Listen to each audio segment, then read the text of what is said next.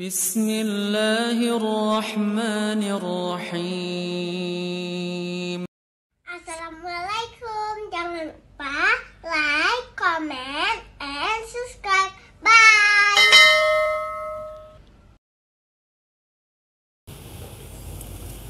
Bismillahirrahmanirrahim. Assalamualaikum warahmatullahi wabarakatuh. Alhamdulillahi rabbil alamin. Wassalatu wassalamu ala ashrafil anbiya'i wal mursalin wa ala alihi wa ashabihi ajma'in. Raditu billahi rabba wa bil islami dina wa bi Muhammadin nabiyya wa rasulah. Rabbi shrah li sadri wa yassir li amri wahlul 'uqdatam min lisani yafqahu qawli. Allahumma ja'al jam'ana hadha jam'an marhuma wa tafarruqana min ba'dihi tafarruqan ma'suma. Kaum muslimin dan muslimat sidang jamaah subuh yang dirahmati Allah, kita memasuki judul baru dari kitab Riyadhus Shalihin yang dikarang oleh Imam An-Nawawi yang sudah ditahqiq oleh Syekh Muhammad Sulaiman Al-A'raj. Jadi judulnya Babul Qanaah wal Afafi, kemudian wa dhammi su'al min ghairi darurah. Ini ada 3 pembahasan. Yang pertama Babul Qanaah. Qanaah itu apa? Jadi di dalam kitab tasawuf itu, qanaah itu ar-ridha bima a'tallah. Jadi dia menikmati, ridha itu menikmati. Menikmati setiap yang diberikan oleh Allah. Gejo warna nikmat bagian. Gejo lebih bacu nikmat cik. Angkanya qanaah. Maka Imam As-Suyuti mengatakan di dalam kitab beliau, ridha itu apa? Qanaah itu apa? Qanaah itu ar-ridha bima dunal kifayah. Beliau cukupnya 100, tetapi apa? Di bawah 100 yang karidha kayaknya. Yang qanaah nanti, Pak. Menerima apa adanya. Jadi bukan berarti ketika kita suguhkan ni dah legau, Pak. Kek dah legau. Brok dah legau. Berarti itu nak ada qanaah. Ada juga pendapat lain mengatakan yang dikatakan qanaah itu al-wuqufu anil kifayah. Sebelum cukup dia sudah berhenti, Pak. Ya, itu namanya qanaah. Wal afaf, afaf itu apa? Afaf itu al-kafu ala raghbah. Menahan diri untuk berbuat sesuatu hal mimma la yaliqu bihi qaulan au fi'lan. Jadi afaf itu kalau dalam bahasa kita menjaga kehormatan. Maka menjaga kehormatan bagaimana? Jagalah mulut dan jagalah tingkah laku supaya tidak melakukan hal-hal yang tercela. Itu afaf namanya. Makanya orang yang menjaga diri supaya tidak terjerumus ke dalam maksiat, dia sudah menjaga afaf. Menjaga mulutnya juga afaf. Jadi artinya menjaga diri dari suatu hal yang tercela. Kemudian yang ketiga wa dhammi su'al, meminta-minta. Nanti Rasulullah mengizinkan yang dibolehkan meminta-minta itu tiga hal. Selain 3 hal itu kata Rasulullah, haram kamu minta-minta dan haram kamu makan hasil dari minta-minta itu. Kecuali 3 hal, itu boleh. Sekarang kita memasuki sebelum masuk ke dalam hadis yang pertama. Ini keunikan hadis Riyadhus Shalihin yang sudah ditahqiq oleh Syekh Muhammad Sulaiman Al-A'raj. Jadi beliau mengangkat Al-Qur'an. Jadi kita ambil satu ayat saja dulu. Surah Hud ayat 6. A'udzu billahi minasyaitonir rajim. Bismillahirrahmanirrahim. Wa ma min dabbatin fil ardi illa 'alallahi rizquha. Ini kalimat kunci, banyak kayak kunci ya, Pak. Kalau seorang sudah memahami kalimat ini, hidup dia mudah sekali di dunia ini, Pak. Mangga dah udah dalam dunia. Kenapa? Ini namanya jumlah kasar maksur namanya. Sama seperti la ilaha illallah. Hana yang jaga lun, hana yang pepulih lun, hana yang pesakit lun, hana yang jauh rezeki ke lun, hana yang turn rezeki lun kecuali Allah. Ini namanya jumlah kasar maksur. Maka seorang tidak akan takut kepada siapapun kecuali kepada Allah. Saya tidak akan takut la ilaha illallah kecuali kepada Allah. Ipecat dari jabatan hanaya alun nya nembak. Pemberi rezeki adalah Allah. Ar-Razzaqu Allah. Ya, ini begitu juga. Wa ma min dabbah, ini ma nafilil jinsi. Sama seperti la ilaha illallah. Itu la nafilil jinsi. Menafikan semua jenis-jenis selain Allah Subhanahu wa taala. Ini begitu juga. Wa ma min dabbah. Tidak ada binatang-binatang, tidak ada tumbuhan-tumbuhan, tidak ada makhluk yang ada di dunia ini, kata Allah, illa 'alallahi rizquha. Kecuali rezekinya memang sudah diberikan oleh Allah Subhanahu wa taala. Maka jangan merasa kekurangan, gejuk, nitha lagau. Nitha lagau, hansip lagau, ya, kek tha lagau, bro tha lagau. Jadi jangan ada seperti itu. Ini nanti kita lihat dalam hadis Rasulullah sallallahu alaihi wasallam bagaimana motivasi untuk bisa qanaah dan afaf dan termotivasi untuk tidak menjadi peminta-minta. Ya'lim lakelim Hadis yang pertama. Wa an Abi Hurairah radhiyallahu anhu anin Nabi sallallahu alaihi wasallam qala. Jadi Rasulullah sallallahu alaihi wasallam bersabda, hadis ini dari Abi Hurairah, hadis ini muttafaqun alaihi. Laisal ghina an kathrati al-arat. Kaya itu bukan banyak harta. Seseorang yang banyak harta belum tentu dia kaya, Pak. Kenapa demikian? Kekayaan itu bisa mengazab diri dia dan mengazab jiwanya. Bagaimana mau kaya kalau jiwanya terazab? Bagaimana dia mau kaya kalau hatinya selalu gundah? Tiba orang kaya gundah tutah. Berarti hana kaya ya, Pak. Harta banyak baru bangun tidur susah. Maka Rasulullah mengatakan, laisal ghina an kasrati arat. Arat ini apa? Arat itu al-mal. Malnya harta. Maka orang kaya itu bukan kaya harta, kaya jabatan. Kan kaya aku pun kaya menyokaru nganu sabe, karu ngelinto sabe, karu nginang sabe, ya, Pak. Karu ke tetangga sabe, aku pun kayanya, Pak. Tidak membawa efek positif sama sekali bagi dia. Untuk apa? Bangun tidur orang kaya tapi tidak tenang jiwanya. Untuk apa? Tetapi kata Rasulullah, walakinnal ghina ghinan nafsi. Yang dikatakan kaya itu adalah kaya jiwa. Maka termasuk jiwa qanaah, termasuk jiwa afaf, termasuk jiwa malu untuk minta-minta sama orang lain. Yang kenya orang kaya, Pak. Kaya jiwa. Untuk apa le harta tapi hana malai, Pak, gau, Pak. Dia banyak harta tetapi apa? Tidak malu sama orang lain. Ico atagop, mendalimi gop dan lain sebagainya. Ya. Rasulullah sallallahu alaihi wasallam pernah dibuli oleh Yahudi, Nasrani dan orang musyrik. Mereka bersepakat mendudukkan Rasulullah dan mengatakan apa? Ya Muhammad, kamu punya apa? Mbak, kamu punya apa? Apakah kamu punya harta seperti Raja Sulaiman? Itu nabi kami itu, Nabi Bani Israel. Pernah harta lagi? Nabi Muhammad diam saja. Apakah kamu punya kekuasaan kerajaan seperti Nabi Sulaiman? Apakah kamu bisa menundukkan angin sehingga bisa pergi kemana saja? Nabi Muhammad diam saja. Kemudian Nasrani mengatakan lagi, ya Muhammad, atamshi 'alal ma', kamu bisa berjalan di atas air seperti berjalannya Nabi Isa alaihissalam? Bisa enggak kamu? Akhirnya Nabi Muhammad diam saja, Pak. Gak iman tahu. Turunlah ayat Al-Quran. Alam nasrah laka sadrak. Pertanyaan alam nasrah itu maknanya khabari, bukan insya'i, Pak. Maknanya apa? Ya Muhammad, saya berikan kepadamu lebih daripada itu ya Muhammad. Lebih daripada harta Nabi Sulaiman.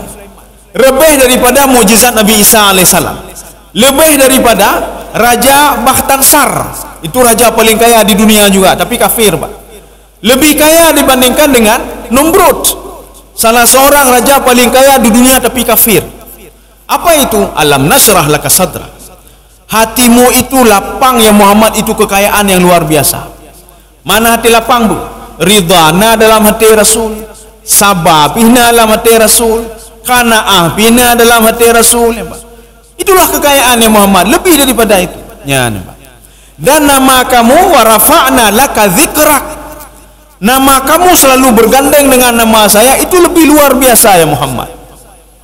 Maka jika ditanya waktu kita baca tahiyat akhir, Allahumma salli ala Muhammad wa ala ali Muhammad kama sallaita ala Ibrahim wa ala ali Ibrahim. Sebelumnya ada juga, ya Allah berikan numur salawat ke Nabi dan ke kamu ji orang-orang beriman ya Allah. Ya nampak. Dan melaki. Makanya nanti ketika disebutkan orang-orang beriman, paling enggak naik tamaulah katanya baca. Ya nampak. Tak berdoa kepada Allah supaya masuk dalam kelompok-kelompok itu ya Allah, yang Engkau berkahi, Engkau berikan petunjuk, Engkau berikan hidayah. Kaum muslimin sedang jemaah yang dirahmati Allah, ini muttafaqun alaihi. Sekarang kita lanjut hadis yang kedua. Wa an Abdullah bin Amru radhiyallahu anhuma anna Rasulullah sallallahu alaihi wasallam qala. Jadi dari Abdullah bin Amru, qad aflaha man aslama. Beruntunglah bagi orang-orang yang tunduk dan patuh kepada perintah Allah.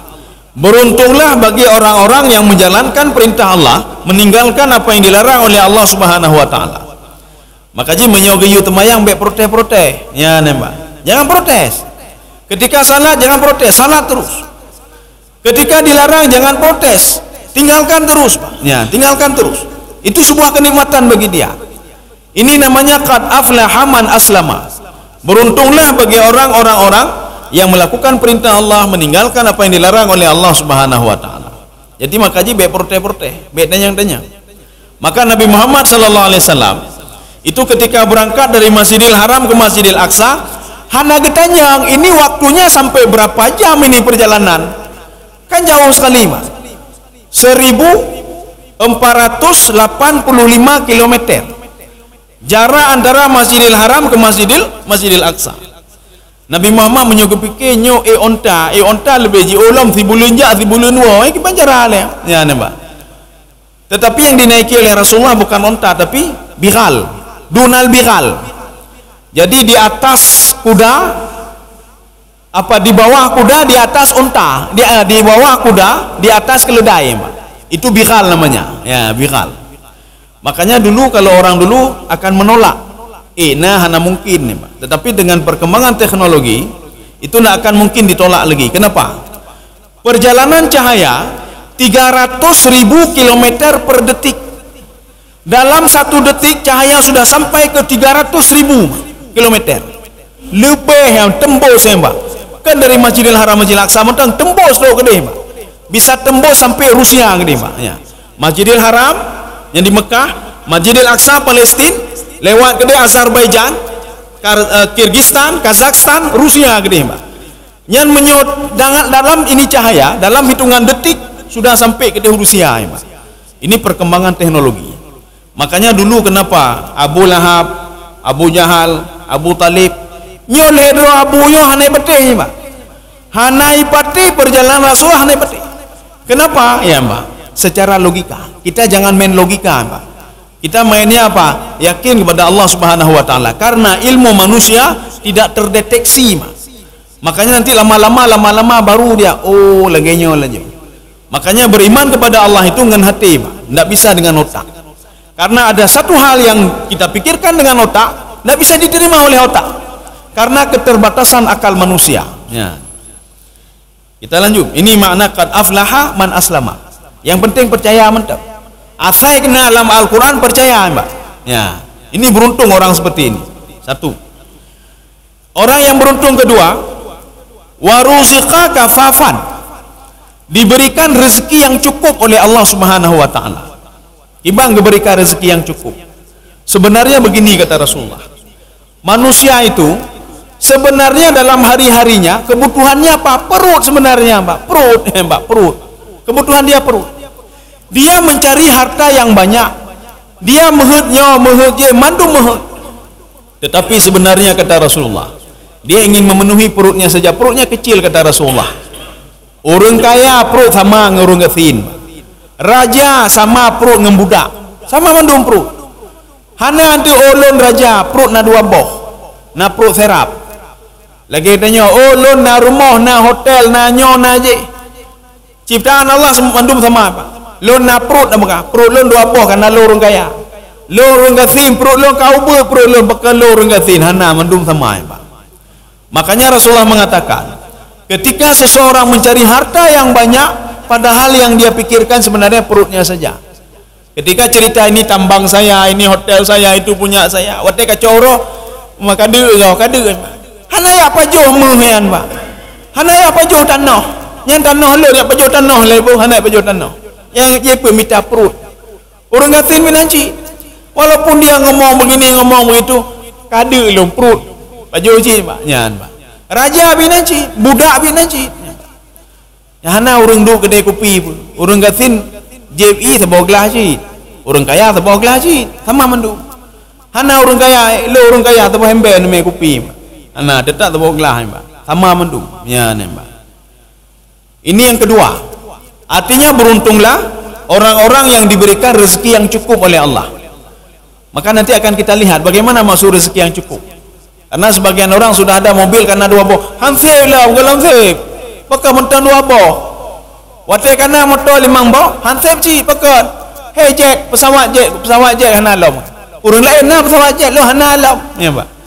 Ketika ada pesawat jet, hansip cik pakai. Hai pulau peribadi hana alam ya pak. Lo menjak belau laut ya pak. Lautnya belau ya pak. Nak tolong bagus ya pak. Ya belau laut. Laut belau ya pak. Yang tu siap tu langai-langai belau cik ya pak. Jadi makanya hantam saya pak, enggak pernah cukup ni pak. Selalu ingin beli. Ya pak. Nanti akan kita lihat. Yang cukup itu bagaimana maksudnya pak. Ya. Ini sekarang kita lihat yang ketiga dulu. Wa qana'ahu Allahu bima atahu. Dan diberikan oleh Allah Subhanahu wa taala sifat qanaah dalam hatinya pak. Maka jika kita nyata melake pak Allah sabi pak. Ya Allah beridu sifat qanaah dalam hati lun. Lagi kita nyata melake beridu semayangnya dalam hati lun. Hati beridu pun bermangat lun semayang ya Allah. Bermangat lun nasifut qanaah dalam hati ya Allah. Bernasifut sabar dalam hati. Bernasifut qanaah dalam hati. Sebenarnya mudah sekali pak. Jadi kata Imam Ghazali, konsep beliau ada satu kunci kata beliau. Dengan menghilangkan satu penyakit hati ini, penyakit lain akan hilang. Untuk apa fungsinya? Fungsinya ketika penyakit ini hilang, maka sifat qanaah mangat ditemau dalam hati pak. Sifat sabar mangat ditemau dalam hati. Sifat tawaduk mangat ditemau dalam hati. Tetapi kalau masih ada penyakit hati, tak bisa dia hidup hanya ini tinggalkan pak. Sifat sabar hanya tinggalkan. Maka enggak ada sifat sabar sama orang dengki pak. Hana sifat sabar. Hana sifat qanaah ba urun dengki. Ba urun takabur. Ba urun ria hana pak. Maka salah satu penyakit hati itu kan hasad, itu dengki, takabur, sum'ah, ria dan lain sebagainya. Susah melihat orang senang, yang penyakit cik pak. Senang melihat orang susah. Waktu kata terima berita si pulang ke pecat, alhamdulillah, alhamdulillah. Si pulang ke kecelakaan bahancur je motor. Ya nama, bahana saingan li, ya nama, saingan li. Kaum muslimin sedang jamaah yang dirahmati Allah Subhanahu wa taala. Maka satu penyakit itu apa?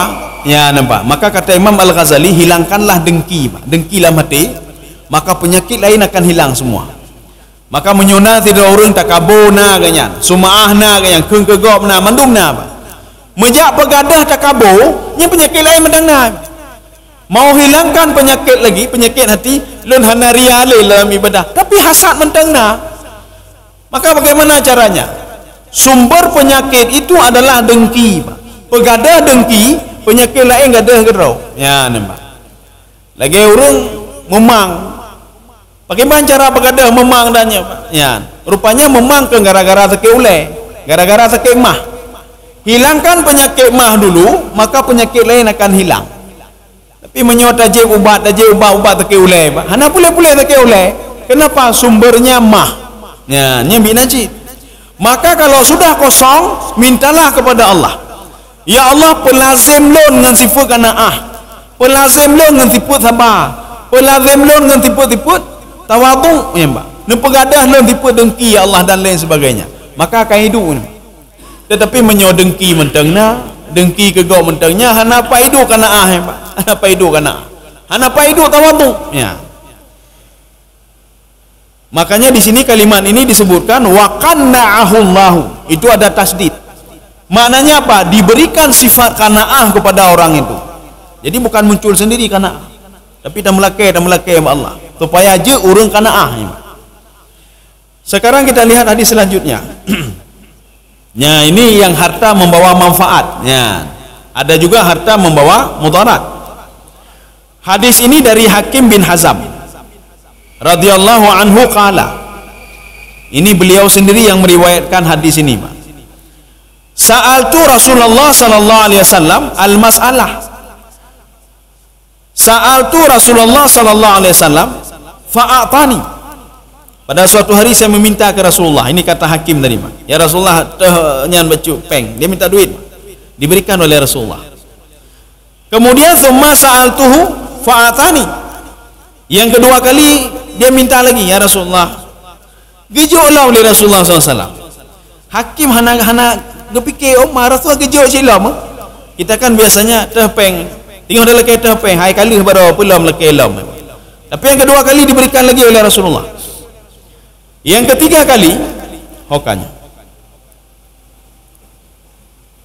Summa sa'altuhu fa'atani. Saya minta lagi ketiga kali, diberikan lagi oleh Rasulullah sallallahu alaihi wasallam. Thumma qala, apa sabda Rasulullah? Ya Hakim, wahai Hakim, inna hadzal mala khadirun hulwun. Kamu tahu enggak harta ini? Harta ini nikmat sekali, wahai Hakim. Khudrunnya ada apa? Khudrun hijau. Mana hijau apa? Nikmat, ya, Mbak. Nikmat. Wa hulwun itu manis. Jadi maknanya harta itu kenikmatan yang luar biasa, wahai Hakim. Ya. Faman akhadahu, barang siapa yang mendapatkan harta itu, dia mengambil harta itu, bisa khawati nafsin, dengan hati yang bersih. Ya, Mbak. Jadi cok harta dengan hati yang bersih, burikalahu fihi. Maka harta itu akan memberikan keberkahan bagi dia. Ini dengan syarat, kata Rasulullah. Barang siapa dia bekerja, melakukan sesuatu, diterima gaji ganyan, bisa fi qalbi, dengan hati yang bersih, maka harta itu akan memberikan berkah-berkah bagi dia. Terima kasih.